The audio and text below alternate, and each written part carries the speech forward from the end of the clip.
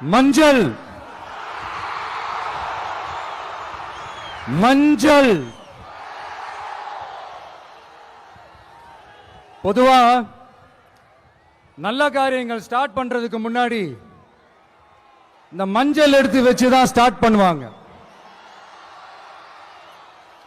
நம்ம வீட்டில் கூட நம்ம அம்மா அக்கா தங்கைகள் நமக்காக நாம நல்லா இருக்கணும்ன்றதுக்காக மஞ்சள் புடவை கட்டிக்கிட்டு தான் வேண்டிக்குவாங்க.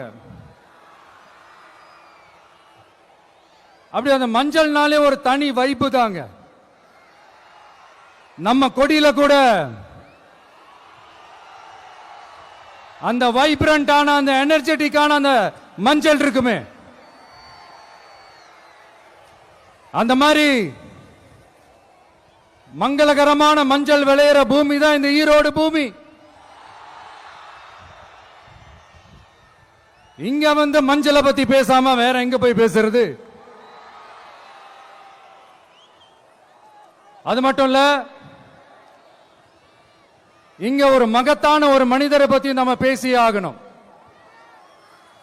இந்த ஈரோடு மண் விவசாயத்துக்கும் பேர் போன மண். இங்க நடக்கிற அந்த விவசாயத்துக்கு மிக முக்கியமான ஒரு கவசமா இருக்கிறது என்ன தெரியுமா? காலிங்கராயன் அணை,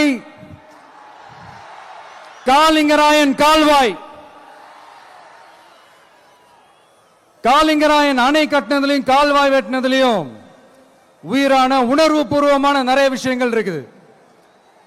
அப்படி அந்த ப்ராசஸ்ல அவர் அந்த அணை கட்டும் போதும் கால்வாய் வெட்டும் போதும் ரொம்ப சோர்வடைஞ்சிட்டாராம்.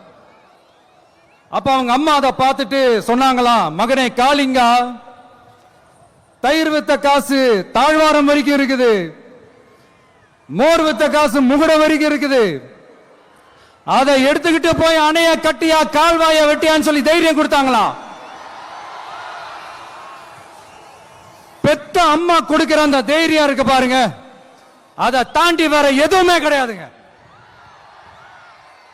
ஒரு மனுஷனால எதையும் சாதிச்சு காட்ட முடியும். அப்படி ஒரு தைரியத்தை தான் இப்ப நீங்க என்னுடைய அம்மா அக்கா தங்கைகள் நண்பா நண்பிகள் தோழர்கள் எல்லாரும் எனக்கு கொடுத்திருக்கிறீங்க. அதே தைரியத்தை, அதே துணையா என் கூட நிக்கிறீங்க. இதை எப்படி நம்ம பிரிச்சு விடலாம்? இதை எப்படி நம்ம கெடுக்கலாம்? என்னெல்லாம் அவதூறுகள் நம்ம விஜய் மேல சொல்லி மக்களை நம்ப வைக்கலாம்? என்னெல்லாம் சூழ்ச்சிகள் நம்ம விஜய் மேல பண்ணி மக்களை நம்ப வைக்கலாம்? இப்படி சூழ்ச்சிகளை மட்டுமே நம்பி பொழப்ப நடத்துற சில சூழ்ச்சிக்கார கூட்டங்கள் இதை தொடர்ந்து செஞ்சுக்கிட்டு தான் இருக்கு. ஆனா அவங்களுக்கு தெரியாது, இது இன்னைக்கு நேத்து வந்த உறவு இல்ல. கிட்டத்தட்ட 30-33 வருஷத்துக்கு மேல இருக்கிற உறவு. ஏன் நான் சினிமாக்கு வந்தப்போ எனக்கு வயசு 10, அப்பல இருந்தே இந்த உறவு ஸ்டார்ட் ஆகி போயிட்டு இருக்கேன்னு அவங்களுக்கு தெரியாம போச்சு.